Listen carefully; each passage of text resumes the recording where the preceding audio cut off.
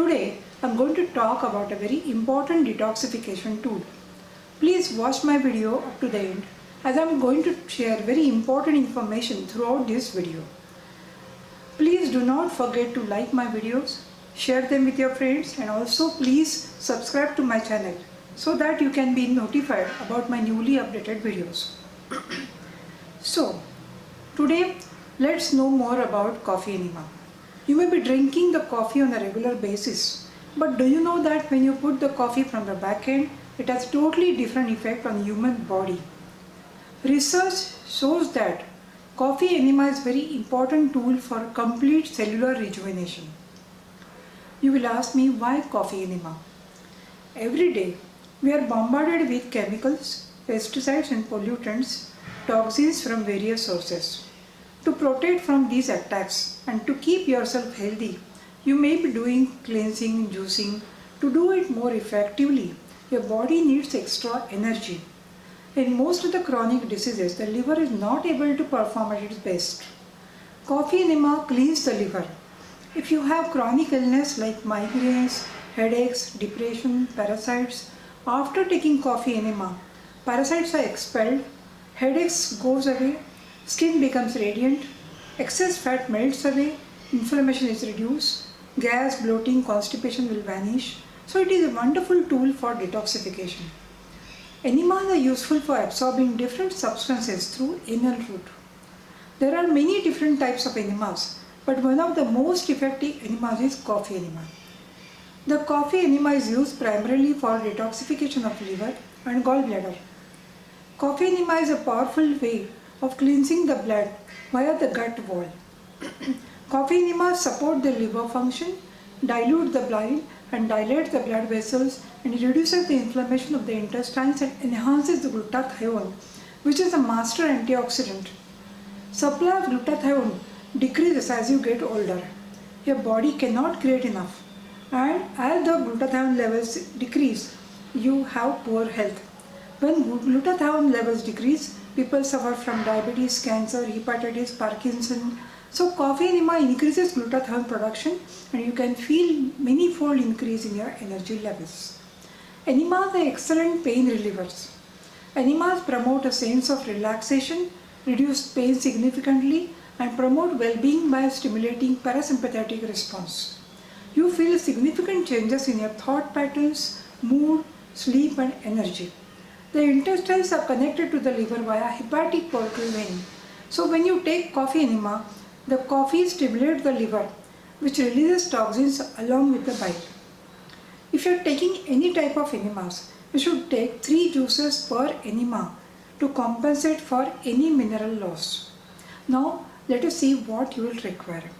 You will require a comfortable place in your bathroom or bedroom.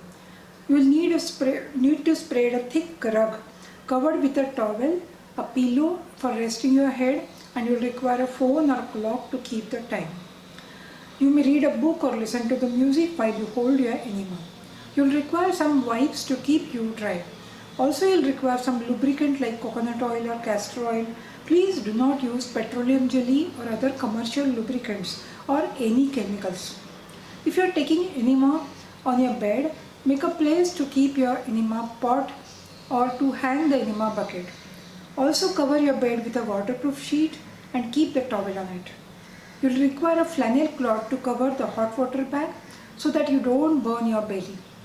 Also you will require wipes in case there is a leakage. You are now ready. Now let us see how to make a coffee. Prepare 1 liter coffee using non-chlorinated water and 2 tablespoons of organic light or medium roasted coffee powder. The water should be RO filter purified. Do not use tap water, decaffeinated coffee, or do not use decaffeinated coffee. Decaffeinated coffee does not contain caffeine, which is required for liver cleansing. Coffee is made in stainless steel or glass pot. Aluminum pot is not recommended because it is toxic and it may leach into the coffee. Now you can use 1 teaspoon of unsulfured blackstrap molasses into the coffee so that you can retain the enema for more time. Make the coffee in advance so you can store it in the fridge. If you suffer from parasites, you can add a few drops of clove oil, as the clove oil is effective in removing parasite eggs and parasites. Now, how to make the coffee? You should get 3 tips or nozzles with the enema set. The small one is for babies, long one is for adults. One is flexible, which is silicone tip, and another one is hard. You can start around 300 to 500 ml depending on your colon capacity.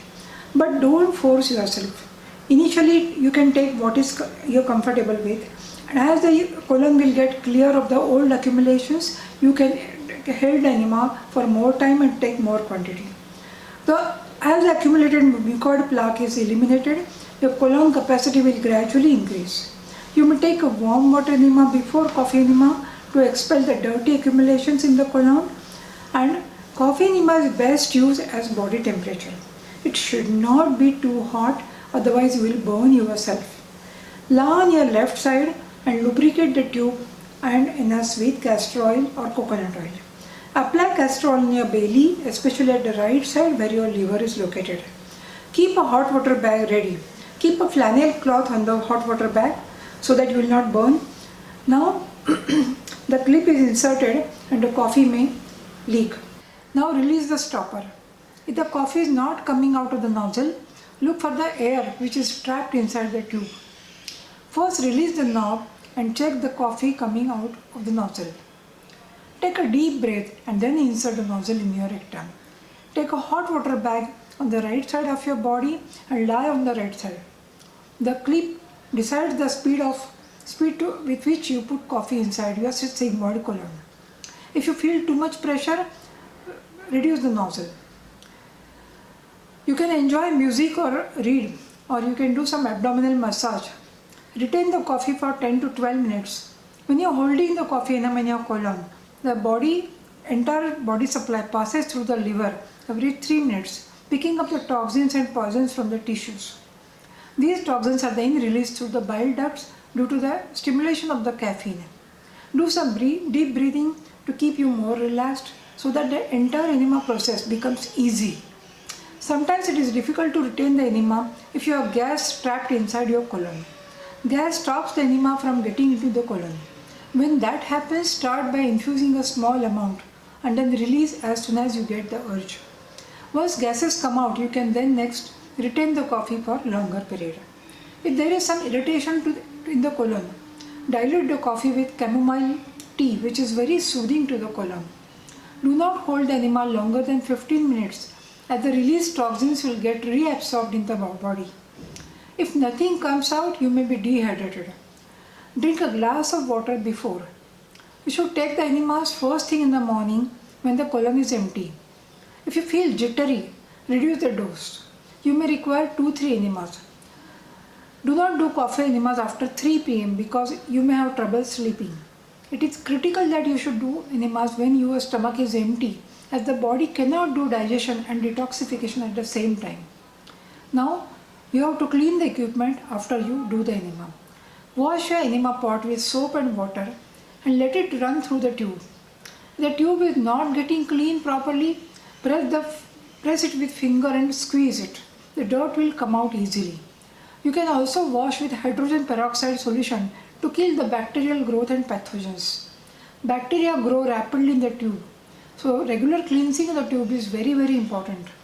If you feel discomfort after releasing enema, you may be having electrolyte imbalance. So you can take some electrolyte solution like electrol orally to replenish the electrolytes. If you are taking multiple back-to-back enemas, you may require to take probiotic afterwards, as the good bacteria may get wiped out along with the dirt. The silicone rubber tubing will also need periodic replacement. So if you have any questions, please write in comments below, and thanks for watching my video. Be healthy and happy.